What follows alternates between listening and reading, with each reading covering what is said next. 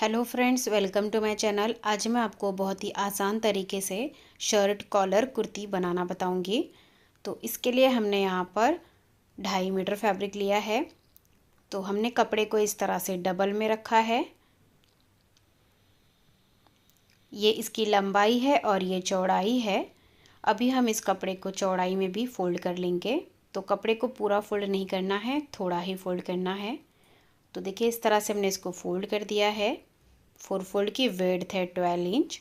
तो जितना आपका हिप साइज़ है उसको 4 से डिवाइड करना है और उसमें 2 इंच मार्जिन ऐड करना है और इस हिसाब से हमें ये 4 फोल्ड लेना है। तो यहाँ पर हिप साइज़ 40 इंच है, उसको 4 से डिवाइड करते हैं तो आ जाता है 10 इंच प्लस 2 इंच मार्जिन लेंगे तो आया 12 इंच। तो इस हिसाब से हमें ये 4 फोल्ड लेना है। अभी हमें इसकी लेंथ लेनी है।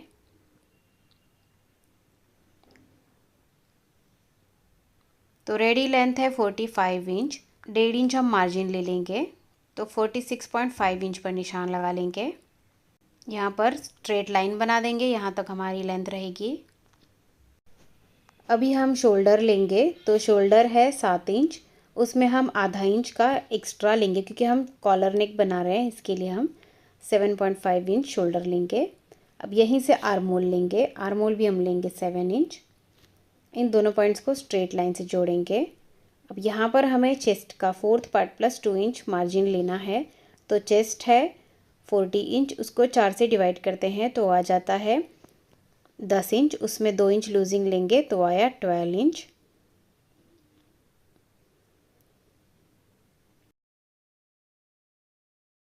अब शोल्डर से कमर की लेंथ लेंगे 14 इंच और हिप की लेंथ ले लेंगे 21 इंच। ये स्टैंडर्ड साइज़ है। अभी जहाँ पर कमर का लेंथ का निशान है वहाँ पर कमर का 4th part plus 2 inch margin लेना है। तो यहाँ पर कमर है 30 इंच, उसको 4 से डिवाइड करते हैं तो आ जाता है 7.5 इंच और उसमें हम 2 इंच मार्जिन ले लेंगे तो आया 9.5 इंच। तो कमर लेंगे हम 9.5 इंच।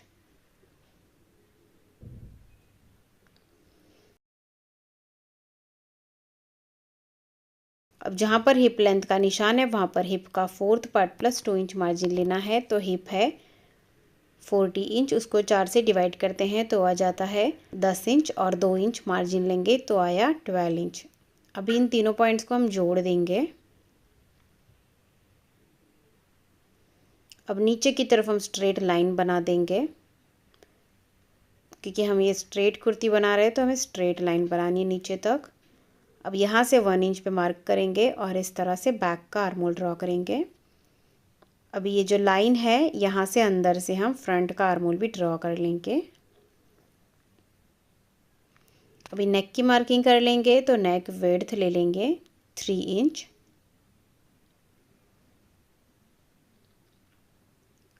अब यहाँ से आधा इंच की हम शोल्डर स्लोप दे देंगे।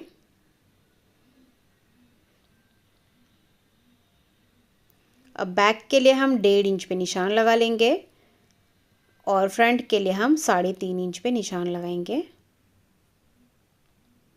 उसके बाद हमें राउंड शेप दे देना है।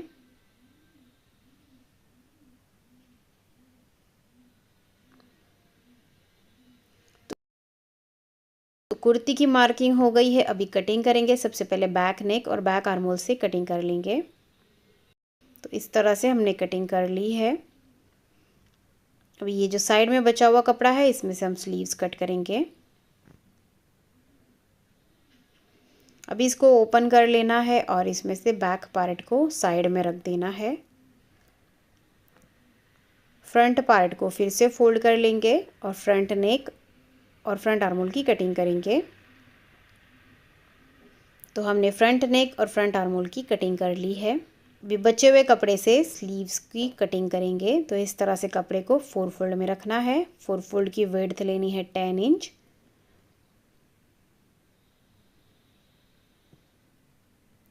और लेंथ है यहाँ पर 10 इंच की, तो 10 इंच ही ले लेंगे। अब इसको कट कर देंगे।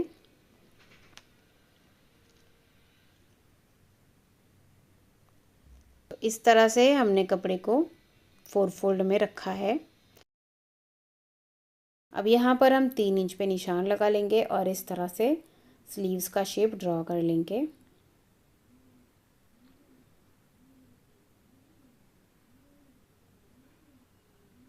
अब यहाँ पर स्लीव्स बॉटम ले लेंगे 7 इंच, इन दोनों पॉइंट्स को जोड़ेंगे और स्लीव्स की कटिंग कर लेंगे।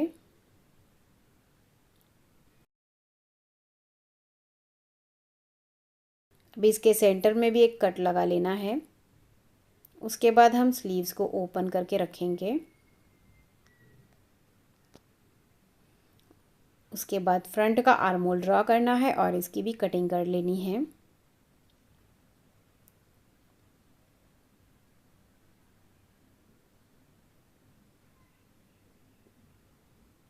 तो नेक बनाने के लिए इस तरह से हमने एक फैब्रिक का पीस लिया है, इसके ऊपर हमने कैनवस चिपकाया है।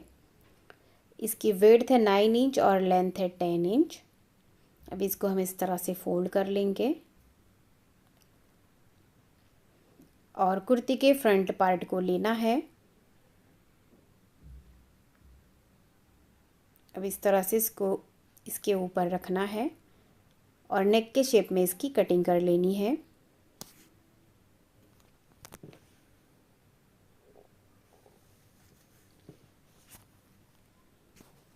अब यहाँ सेंटर में हम 4 इंच तक लाइन ड्रॉ कर लेंगे।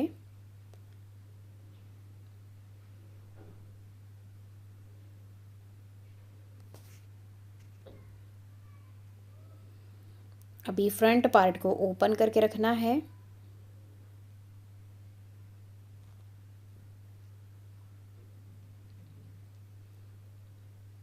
और इसके ऊपर अभी हमें इसको रख देना है उल्टा,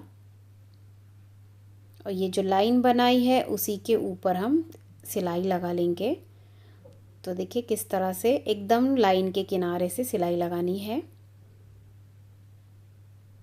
स्लिट बनाना है हमें यहाँ पर फ्रंट में। अभी इसके बीच में कट लगा लेंगे, ध्यान देना है कि सिलाई ना कटे। उसके बाद इसको हम अंदर की तरफ फोल्ड कर देंगे।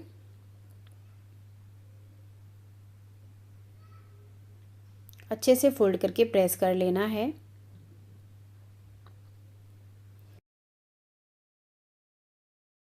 अभी यहाँ पर भी सिलाई लगा लेंगे।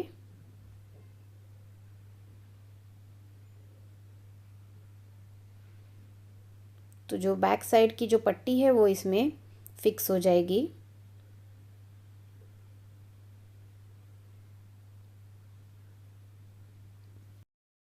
अभी बैक पार्ट को हम इसके ऊपर उल्टा रख देंगे और शोल्डर से अटैच कर देंगे।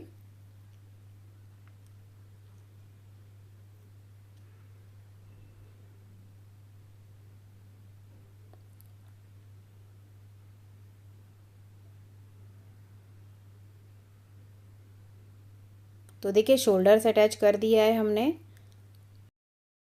अभी इसको इस तरह से रखेंगे कॉलर का मेजरमेंट लेने के लिए। अच्छे से सेट करके पिन लगा कर रखना है। उसके बाद यहाँ से एक कोने से दूसरे कोने तक हम इंची टेप को हल्का हल्का सा घुमाते हुए इसका मेजरमेंट लेंगे।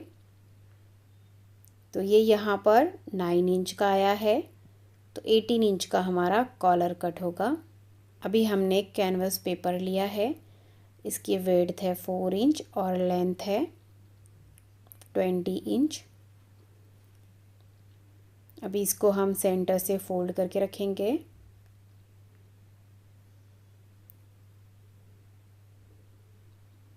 यहाँ पर एक पिन लगा लेंगे। उसके बाद जो हमने कॉलर का मेजरमेंट लिया था वो 9 इंच का आया था, तो यहाँ पर 9 इंच पर निशान लगाएंगे। अब यहाँ पर स्ट्रेट लाइन बना देंगे ऊपर की तरफ। अब ये जो फोल्ड साइड है यहाँ से हम 3 इंच पे निशान लगाएंगे। अब यहाँ से हम 1.5 इंच पर निशान लगा लेंगे। अब इन दोनों निशानों को जोड़ते हुए कर्व लाइन ड्रॉ करेंगे।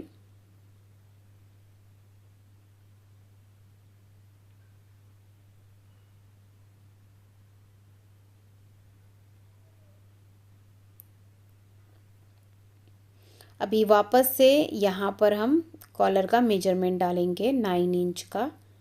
तो अभी ये 9 इंच यहाँ पर आया है, तो यहाँ पर हम निशान लगाएंगे।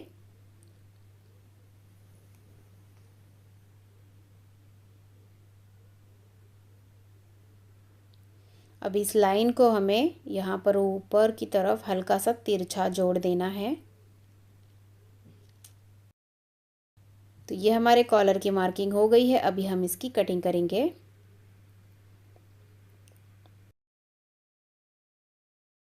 तो लाइन के ऊपर ही हमें कटिंग कर लेनी है।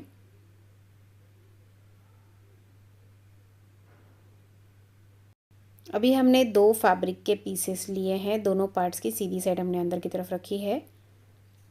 अभी जो कॉलर हमने कट किया था इसकी विड्थ है 5 इंच और लेंथ है 20 इंच। अभी कॉलर को इसके ऊपर रखेंगे हम और इसको अच्छे से प्रेस से चिपका लेंगे। ऊपर की तरफ और नीचे की तरफ पाव इंच का मार्जिन होना चाहिए। तो देखिए इस तरह से हमने इसको चिपका लिया है। अभी इसी शेप में हम इसकी कटिंग कर लेंगे। सिलाई मार्जिन छोड़ के हमें कटिंग करनी है।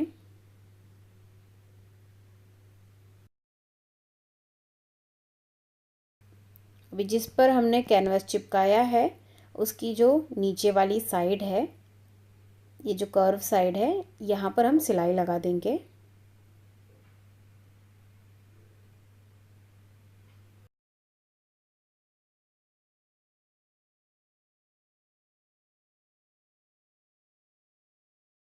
तो देखिए सिलाई लगा दी है हमने। अभी इसे इसके ऊपर रखेंगे। दोनों पार्ट्स की सीधी साइड हमें अंदर की तरफ ही रखनी है। अभी हमें यहाँ से यहाँ तक इसको स्टिच कर देना है।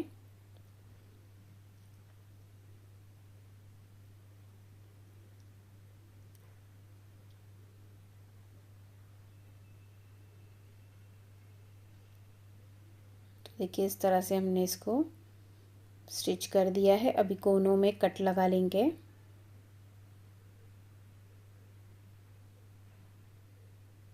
और इस तरह से सब जगह पर हल्के हल्के से कट्स लगा लेंगे। अब इस कॉलर को सीधी साइड में पलट देना है और अच्छे से प्रेस करके लेना है। तो देखिए इस तरह से हमने इसको प्रेस कर लिया है। अभी हम इसको कुर्ती में स्टिच करेंगे। तो कुर्ती को हमें उल्टा रखना है और बैक पार्ट के सेंटर में एक निशान लगा लेना है। अभी कॉलर को देखिए इस तरह से फोल्ड करेंगे और इसके सेंटर में भी हम एक छोटा सा कट लगा लेंगे।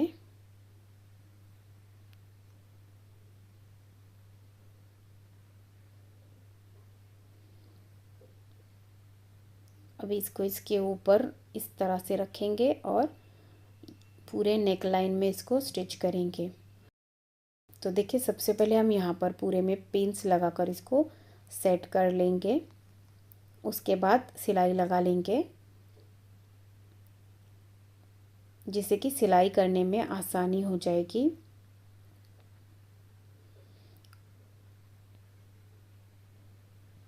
सेंटर से शुरू करते हुए हम एक साइड में पहले सिलाई लगा लेंगे।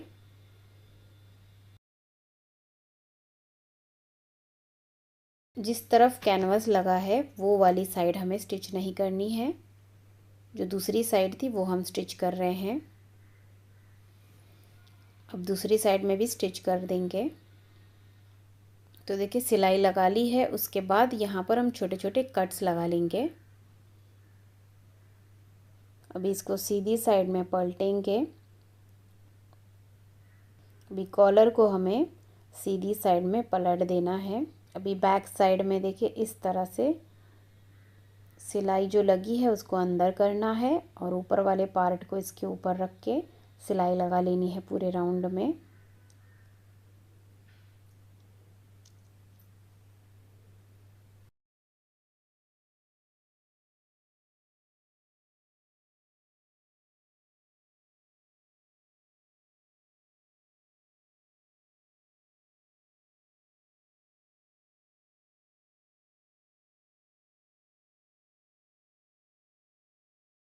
तो इस तरह से देखिए कॉलर लग गया है। अभी इसको हम प्रेस कर लेंगे और इस तरह से फोल्ड कर देंगे। तो ये हमारा शर्ट कॉलर रेडी हो गया है।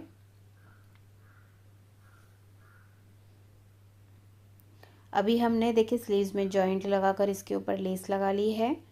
अभी हम स्लीव्स को स्टिच कर देंगे।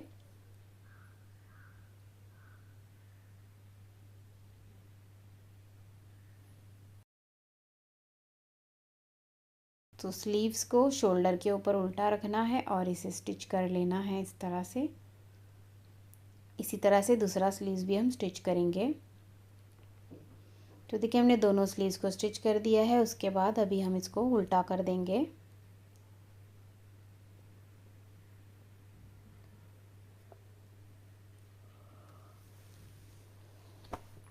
तो देखिए उल्टा करने के बाद स्लीव से लेके हिप तक हम इसकी फिटिंग करेंगे। तो हमने 2 इंच का मार्जिन लिया था, तो 1.5 इंच से हम मार्किंग करेंगे। 1/2 इंच हमारा लूजिंग रहेगा। तो इस तरह से 1.5 इंच तक निशान लगाएंगे और उसके बाद साइड में चाक बना लेंगे और बॉटम को डबल फोल्ड कर देंगे। तो इस तरह से ये हमारी शर्ट कलर कुर्ती रेडी हो गई है। अगर आपको वीडियो अच्छा लगा हो तो वीडियो को लाइक ज़रूर कीजिए और आप मेरे चैनल पर नए हैं तो सब्सक्राइब भी कीजिए। Thank you.